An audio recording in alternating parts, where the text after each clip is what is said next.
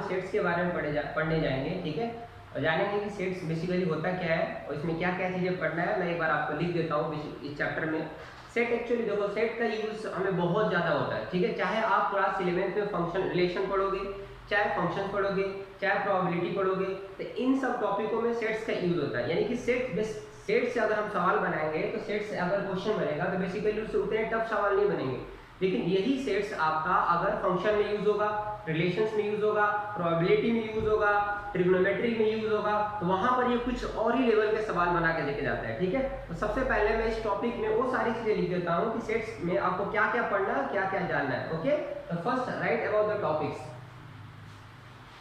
जैसे हमें पता है सेट्स, ठीक है, तो सेट्स के अंदर सबसे पहले आप पढ़ोगे कि डेफिनेशन ऑफ सेट। मैं आपको बताऊंगा कि सेट्स का डेफिनेशन क्या होता है, बेसिकली डेफिनेशन ऑफ सेट्स, ठीक है, सेट्स का एक्चुअल मतलब क्या होता है। ओके, दूसरा है रिप्रेजेंटेशन ऑफ सेट, कि सेट को कितने तरीके से रिप्रेजेंट कर सकते हैं, रिप्रेजेंटेशन ऑफ सेट्स। और तीसरा पार्ट आएगा आपका types of sets, types of sets. Okay, types of set, ये 3 पार्ट है। और टाइप्स ऑफ सेट में बहुत तरीके के सेट हम पढ़ेंगे, जैसे प्रॉपर सेट क्या होता है ना। तो अभी मैं इसको टाइप्स ऑफ सेट ही लिख के छोड़ रहा हूँ। तो ये 3 टॉपिक आपको इस चैप्टर में पढ़ना है। ओके, तो आप लिख लो इसको कॉपी में, फिर एक एक करके मैं बारी बारी से सबको डिफाइन करता हूँ।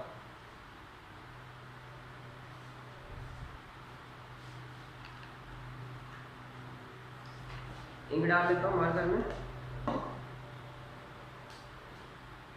आई होप आप क्लास में, आपने क्लास 11th में गए होंगे और you are enjoying your study. तो आज आपकी पहली क्लास है सेट्स की, आप अच्छे से इसका नोट्स बनाना।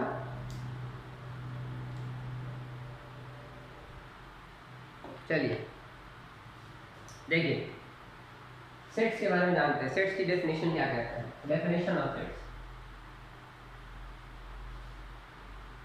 दो लिखिए आपने नोटबुक में, सेट होता है, set is a well defined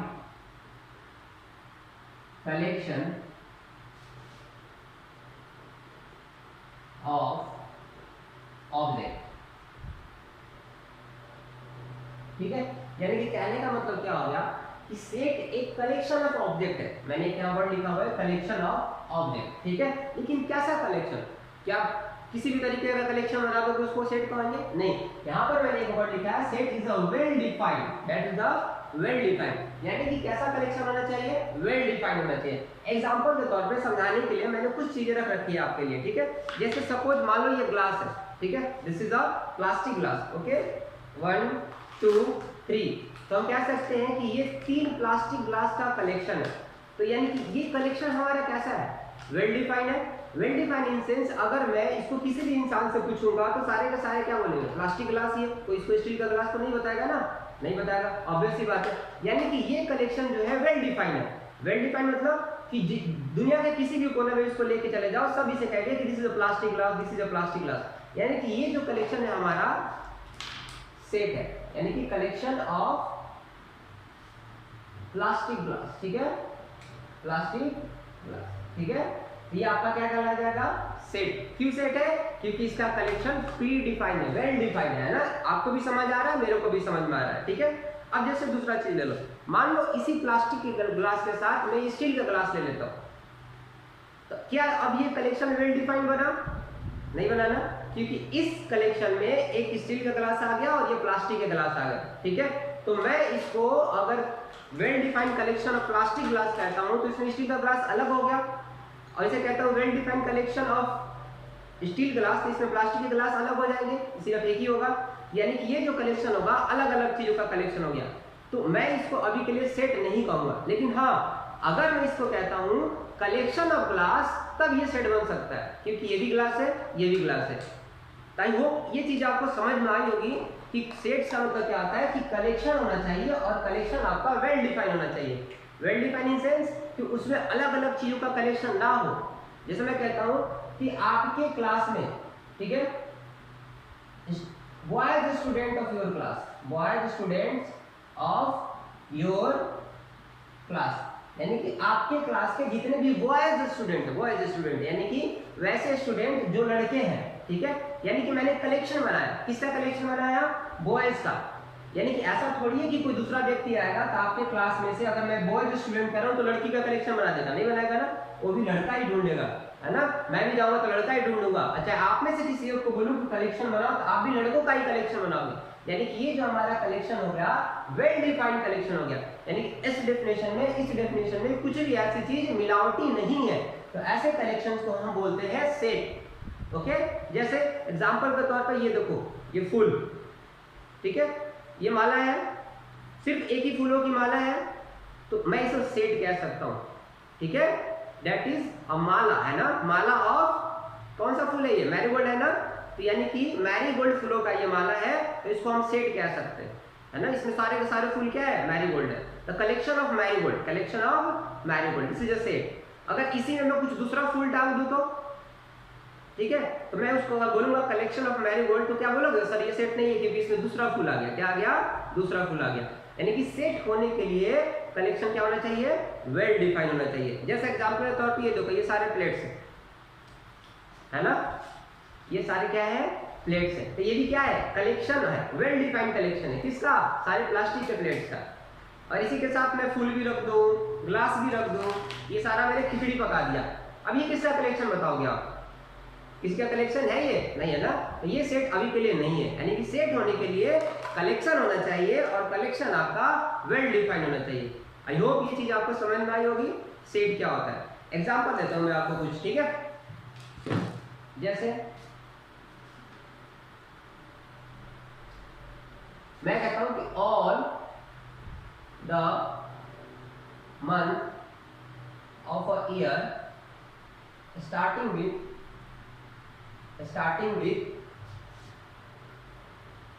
alphabet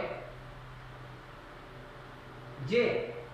okay, यानी कि इस सवाल में मैंने आपसे सिंपल सा बात पूछा है कि आपको कलेक्शन बनाना है और वो कलेक्शन सारे मंथ का होना चाहिए जिसकी शुरुआत J से होती है। तो एक साल में ऐसे कितने महीने हैं जिसकी शुरुआत J से होती है।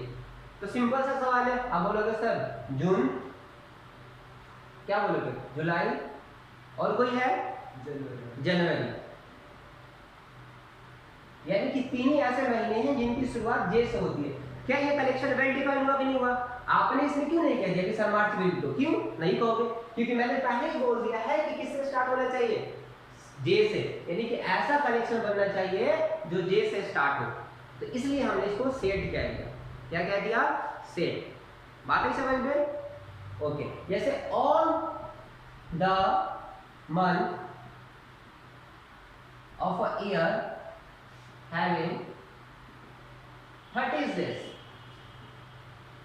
यानी कि साल के सारे महीने जिसमें 30 दिन होते हैं। तो आप लिखना स्टार्ट करोगे, मार्च होगा ना, नहीं, अप्रैल, ठीक है, जून, इस तरीके से। यानी कि जो भी इस कलेक्शन में जितने भी महीने आएंगे सबके पास कितना दिन होगा, 30 दिन होगा। यानी कि मैं कलेक्शन भी बना रहा हूँ और कलेक्शन बनाते वक्त ये भी ध्यान रख रहा हूँ कि कलेक्शन कैसा होना चाहिए, वेल डिफाइन होना चाहिए। यानी कि अगर कोई व्यक्ति आए तो उस कलेक्शन में से सिर्फ वही महीना उसको मिले जो 30 दिन का हो। अगर कोई व्यक्ति इसमें से चूज करना चाहे तो वही मंथ मिले जो J से स्टार्ट हो रहा। यानी कि कलेक्शन है, ये वेल डिफाइंड कलेक्शन है। तो ऐसे कलेक्शन को हम कहते हैं सेट्स। आई होप ये चीजें आपको समझ में आई होगी। ओके, आगे बढ़ते हैं। आप ये चीजें लिखते चलो, ठीक है। अब देखो सेट का कब कब सेट नहीं होगा, ठीक है, कब कब सेट नहीं होगा। देखिए, ये तो मैंने सेट के एग्जांपल दिया, आखिर सेट बनेगा कैसे। अब कब सेट नहीं होगा देखना है। मैं कहता हूं ऑल द इंटेलिजेंट, है ना, all the intelligent students of your class, okay. मैंने बोला कि all the intelligent students of your class। तो इसका मतलब क्या हुआ कि जैसे तीन बच्चों को, किसी तीन व्यक्ति को मैं बाहर से लाके आपके क्लास में खड़ा करता हूँ, और मैं कहता हूं कि इस क्लास में से 3 इंटेलिजेंट स्टूडेंट्स को छांटो, तो पर्सन ए के नजरिए में, पर्सन बी के नजरिए में, पर्सन सी के नजरिए में इंटेलिजेंसी का मायना कुछ अलग होगा। पर्सन ए ऐसा व्यक्ति होगा जो मान रहा होगा कि हाँ जिस बच्चे का सबसे ज्यादा नंबर आ रहा है वो इंटेलिजेंट होगा। पर्सन बी ऐसा सोच रहा होगा कि नहीं, इंटेलिजेंसी का मतलब वो बच्चा पढ़ाई में भी बेहतर होना चाहिए, पढ़ाई में भी ठीक ठाक होना चाहिए और एक्स्ट्रा करिकुलर एक्टिविटीज भी उसकी होना चाहिए। तो वो इस हिसाब से अपना लिस्ट बनाएगा, ये सिर्फ मार्क्स के हिसाब से अपना लिस्ट बना देगा। और ये व्यक्ति ऐसा है, इसका इंटेलिजेंसी का मायना क्या है, ये इसको इंटेलिजेंट मानता है जिसके पास स्किल है। बोला कि नहीं मेरे लिए सब्जेक्ट का नॉलेज मायने नहीं रखता, जिस बच्चे के पास स्किल है वो मेरे लिए इंटेलिजेंट है। यानी कि इसने जो सेट बना लिया स्किल्स के हिसाब से बना लिया, इसने जो सेट बना लिया एक्स्ट्रा करिकुलर एक्टिविटीज का भी ध्यान रख के बना लिया, और इसने जो अपने लिस्ट बनाया सिर्फ इसने मार्क्स रखा ध्यान। तो अब मुझे ये बताओ कि मैंने सिर्फ एक वर्ड लिखा था इंटेलिजेंट, और इस इंटेलिजेंट का मायने 3 व्यक्तियों के लिए अलग अलग हो गए, तो क्या ये कलेक्शन वेल डिफाइन हुआ? नहीं ना, सबके लिए चेंज हो गया। आपके लिए कोई बच्चा इंटेलिजेंट होगा, मेरे लिए कोई बच्चा इंटेलिजेंट होगा, यानी कि ये कलेक्शन जो बना वेल डिफाइंड कलेक्शन नहीं बना, क्योंकि ये collection person to person change हो रहा है, पर्सन टू पर्सन चेंज हो रहा है। कोई पढ़ लिख के भी नंबर्स कोई पढ़ लिख के भी जिंदगी में अच्छा नहीं कर पाता, तो क्या इंटेलिजेंट? कोई स्किल लेके अच्छा कर लेता है, इंटेलिजेंट तो हुआ ना। यानी कहने का मतलब यहाँ पर जो कलेक्शन है, collection is not well defined, collection is not well defined. क्यों नहीं वेल डिफाइंड है? इस वर्ड के चलते, इस इंटेलिजेंट वर्ड के चलते। यानी कि 3-4 कलेक्शन आप जितने मन करो उतने कलेक्शन बना सकते हो, क्योंकि सबका मतलब इंटेलिजेंट का अलग अलग निकाल सकते हैं। यानी कि वैसा कलेक्शन जो वेल डिफाइंड है उसको सेट नहीं कहेंगे। क्यों वेल डिफाइंड नहीं है? क्योंकि मैंने यहाँ इंटेलिजेंट वर्ड लिख दिया, और इंटेलिजेंट वर्ड आपके लिए अलग हो सकता है, मेरे लिए अलग हो सकता है। बातें समझ में? तो वैसे कलेक्शन को सेट नहीं बोलेंगे, ओके। यानी कि जनरली ये देखा गया है, जैसे मैं और लिखूं कि all the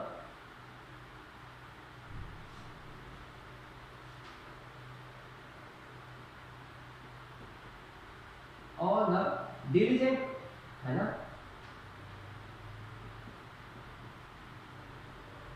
student of your class, ठीक है। अब यहाँ भी देखो वर्ड आ गया क्या, डिलीजेंट। डिलीजेंसी का मतलब अलग अलग निकाल सकते हो आप। आपको मानोगे डिलीजेंट है जो पढ़ाई में ज्यादा मेहनत करता हो, आपको मानोगे शारीरिक रूप से जो रिक्शा खींचता हो, हौड़ा चलाता हो, उसको आप ज्यादा डिलीजेंट मानोगे।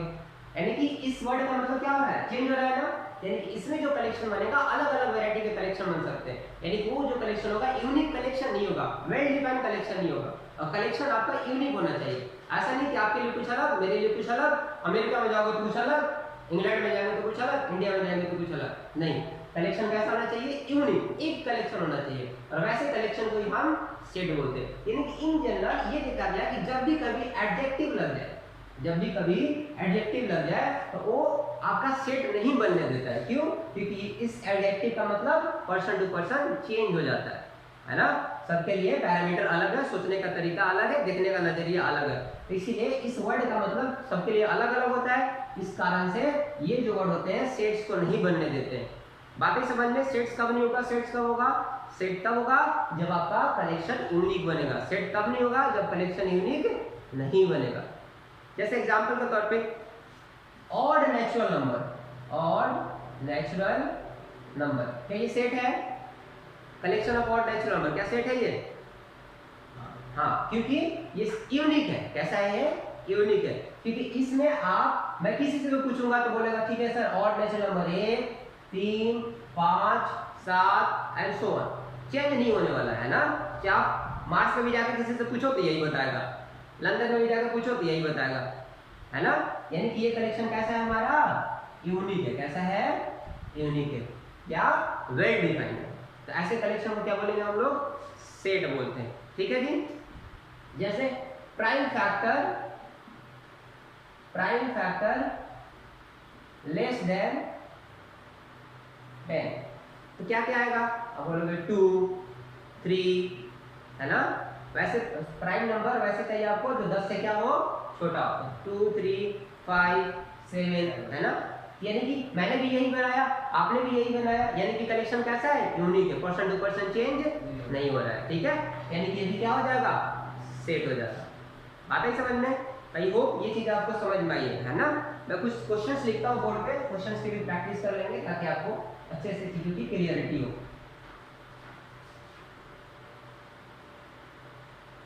ठीक है, जैसे लिखें all the rivers of India. आपको सिर्फ बताना है सेट यह है या नहीं है, यस और no. All the rivers of India, ठीक है, पहला। दूसरा, ठीक है, all the even number less than 100, ठीक है। Third, all the beautiful girl of your school, ठीक है। चलिए अब बताइए इसमें से कौन सा सेट होगा, कौन सा सेट नहीं होगा। क्या ये सेट होगा? क्या ये सेट होगा? All the rivers of India होगा क्या सेट? ये नहीं। क्यों? All the rivers of India set होगा या नहीं होगा? नहीं होगा, गलत जवाब, ठीक है। क्यों? अगर मेरी इंडिया में रिवर्स आपको पता नहीं है कितने रिवर्स है, पता है कि नहीं है? क्यों? गंगा, यमुना। अगर मैं सेट बनाऊंगा तो क्या मैं इसमें गंगा नहीं लिखूंगा, यमुना नहीं लिखूंगा, ब्रह्मपुत्र नहीं लिखूंगा, सोन, कोसी, गंडक, घाघरा, ये सब नदियां नहीं लिखूंगा। तो क्या ये कलेक्शन यूनिक बना कि नहीं बना? इंडिया में कितनी नदियां आपको तो पता होगा ना, यानी कि ये भी कलेक्शन कैसा बनेगा? यूनिक बनेगा, यानी कि ये सेट है। क्या ये सेट है? भाई मैंने नदी लिखा है केवल, ऐसा थोड़ी कि इसमें समंदर भी रख दो उठा के। ये जो सेट बनेगा इस सेट में सिर्फ क्या आएगी? नदियां। ऐसा थोड़ी कि अपना जब गड्ढा नाला भी आ जाएगा, ड्रेन भी आ जाएगा, सिर्फ नदी है ना। ऐसा थोड़ी कि गांव का नाला को उठा के उसमें डाले सब, ये भी तो नदी हो सकता है मेरे लिए।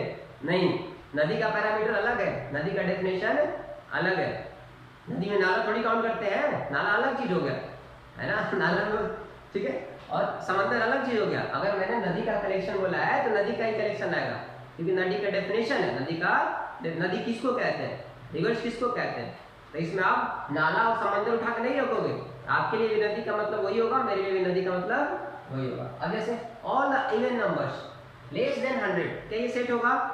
हाँ, क्योंकि 100 से जितने छोटे इवन नंबर्स है, जैसे 2, 4, 6, 8, 10, 12, 14, 16, ये क्या हो जाएगा? सेट होगा। यानी कि कलेक्शन क्या है? यूनिक है। कलेक्शन क्या है? वेल डिफाइंड है, यूनिक है ना। अब जैसे all the beautiful girls of your school, ठीक है, यानी कि आपके स्कूल की, ठीक है, हंसो मत, ठीक है, सारी सुंदर लड़कियां, सारी सुंदर लड़कियां। अब बताओ क्या ये सेट बनेगा? नहीं बनेगा, ठीक है भाई। सुंदरता का मायने सबके लिए अलग अलग है। जिसको जिससे हो गया प्यार, समझो उसके लिए वही सबसे सुंदर है ना। चाहे काला हो, चाहे कलूटा हो, चाहे लंबा हो, चाहे मोटा हो, चाहे चौड़ा हो, है ना। सबके लिए सुंदरता का मतलब अलग अलग है। तो इसीलिए कलेक्शन जो बनेगा यूनिक नहीं बनेगा, इसमें पर्सन टू पर्सन, पर्सन के सोच के हिसाब से ये चलेगी। यानी कि ये सेट नहीं होगा, ये सेट नहीं होगा। कहीं हो आपने देख समझ में आ गया कि सेट होता क्या है, ठीक है। सेट कब बनेगा और सेट कब नहीं बनेगा। तो इन जनरल जब देखा गया कि जब कहीं भी एडजेक्टिव आ जाता है ना, वो सेट को नहीं बनने देता है। तो आपके एनसीईआरटी में भी ऐसे क्वेश्चंस होंगे, ठीक है, वहां आपको बताना होगा कि सेट है या नहीं है। ओके, जैसे मैं कुछ सवाल ले लेता हूँ एनसीईआरटी से ही। The collection of the 10 most talented, ठीक है, कुछ क्वेश्चंस ले लेता हूँ। पहला क्वेश्चन है एनसीईआरटी 1.1 का, इसमें लिखा हुआ है क्या? The collection of the most, ठीक है, talented writer of India, talented writers of India. अब बताइए क्या ये सेट होगा?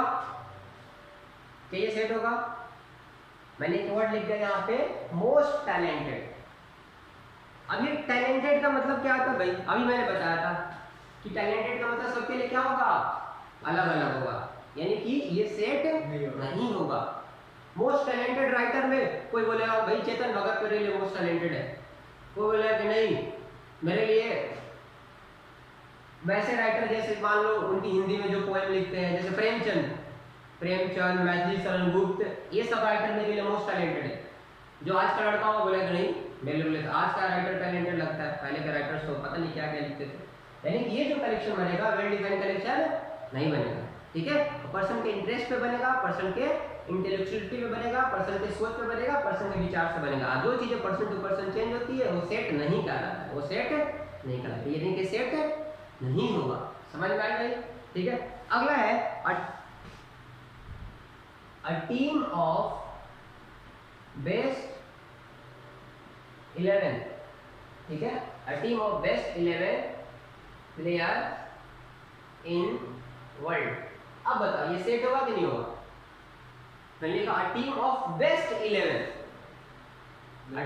ठीक, हाँ, a team of best 11 का मतलब क्या हुआ कि आपको दुनिया के सबसे 11 प्लेयर छांटने हैं, और कैसे छांटने हैं? बेस्ट छांटने हैं। तो मेरे लिए बेस्ट हो सकता है जो हर बॉल पे छक्का मारे, दूसरे के लिए बेस्ट ये हो सकता है कैसे करके रन भागे। यानी कि बेस्ट का मायने क्या है सबके लिए अलग अलग है। किसी के लिए बेस्ट ये हो सकता है कि भाई बिल्कुल ही रन ना बने, बस खड़ा रहे, तो करते रहे, है ना। यानी कि इस बेस्ट पैरामीटर का क्या हो गया, चेंज हो रहा है, सबके लिए अलग अलग हो रहा है। तो यानी कि ये सेट बनेगा क्या? नहीं बनेगा। तो ये इस बेस्ट में सचिन तेंदुलकर को रखेगा तो बोलेगा अरे सचिन तेंदुलकर तो बकवास है, उसको क्यों रख रहे हो? विराट कोहली को रखो, बाबर आजम को रखो, है ना। तो यानी कि इस कलेक्शन में आपके यूनिक कलेक्शन नहीं बन पाएगा, यूनिक कलेक्शन नहीं बन पाएगा। यानी कैसे कलेक्शन को सेट नहीं कहेंगे, यानी ये भी सेट नहीं है, ये भी सेट नहीं है। तो इन जनरल आप क्या देख रहे हो, जहां कहीं पे एडजेक्टिव आ रहा है मोस्ट टैलेंटेड बेस्ट 11, ये सेट नहीं बनने देना, ये सेट नहीं बनने देना। तीसरा क्वेश्चन क्या है, the collection of all boys in your class, the collection of all boys in your class। अब बताइए ये सेट होगा कि नहीं होगा? Is this a set? Yes, हाँ बिल्कुल, ठीक है। क्योंकि अगर किसी को बोला जाएगा कि क्लास में सारे लड़के को छांटो तो इसमें लड़के ही आएंगे, जल्दी से आप लड़कियां नहीं चुन लोगे, है ना। हाँ चलो कोई मिक्स जेंडर होता है उसकी अलग बात होती है, ठीक है, लेकिन इन जनरल, ठीक है, कॉमन सेंस की बात की जाती है तो सारे लड़के ही आएंगे, है ना। यानी कि ये सेट होगा, ये सेट होगा, ठीक है। और जैसे मैं लिखता हूँ क्वेश्चन और क्या है, the collection of novels, the collection of novels written by writer Shakespeare, हाँ, collection of novels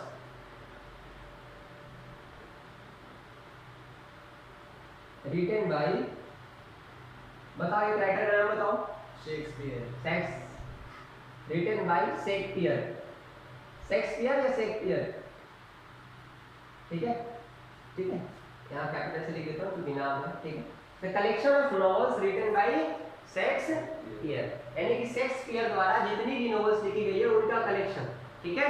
यानी कि ये जो कलेक्शन बनेगा ऑब्वियस सी बात है कैसा कलेक्शन बनेगा, वेल डिफाइंड यूनिक बनेगा, ठीक है। आप भी वैसी कलेक्शन को रखोगे, मैं भी उसी कलेक्शन को रखूंगा, ऐसा थोड़ी कि मैं जाकर रख रहा हूँ विलियम क्या कहते हैं किट्स का रख रहा हूँ, जॉन किट्स को उठा के वर्ड्सवर्थ का रख रहा हूँ, ठीक है, ऐसा तो नहीं रख रहा हूँ, है ना। तो यानी कि जितने भी नॉवेल्स आएंगे ये यूनिक नॉवेल्स आएगा और सिर्फ शेक्सपियर का आएगा, ये आपका सेट कहलाएगा, क्या कहलाएगा, सेट। ओके, बात आई समझ में?